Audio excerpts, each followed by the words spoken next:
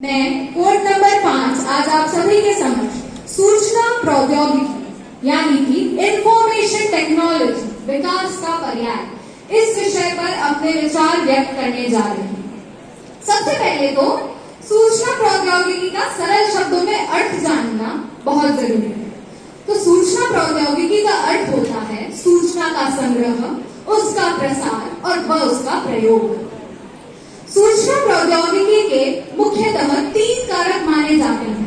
पहला सूचना भंडारण, दूसरा नेटवर्किंग और तीसरा सॉफ्टवेयर तकनीक। आज की इस तेजी से बदलती दुनिया में सूचना प्रौद्योगिकी का बहुत महत्व माना जा रहा है। सूचना प्रौद्योगिकी के कई सकारात्मक परिणाम सामने निकलकर आए हैं, जैसे कि पहला, यह तकनीक सेवा अर्थतंत्र यानी कि सर्विस इकोनॉमी का आधार मानी जाती है। दूसरा, सूचना संपन्नता से सशक्तिकरण यानी कि एम्पावरमेंट आता है। तीसरा, सूचना प्रौद्योगिकी की यह तकनीक प्रशासन व सरकार में पारदर्शिता लाने का काम करती है और इससे कहीं न कहीं भ्रष्टाचार भी कम हुआ है। अब मैं अपना विचार परिवर्तित करना चाहती हूँ कि अगर ये तकनीक इतनी ही प्रभावशाली है तो क्यों आज भी भारत का गरीब सशक्त नहीं हो पाया है? और तो और भ्रष्टाचार तो हम सभी को पता है कि कितना कम हुआ है और कितना नहीं।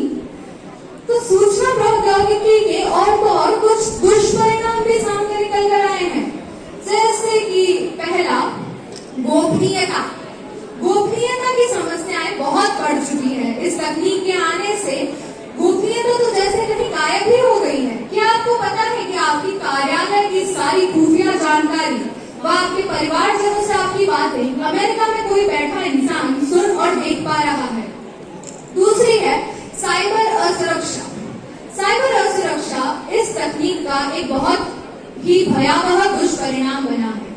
क्या आपको पता है कि आपके अकाउंट से आजकल पैसे हैक होना तो कोई बड़ी बात रह नहीं गई है, या आपकी बैंक की खुफिया जानकारी का लीक होना भी कोई इतनी बड़ी बात नहीं है।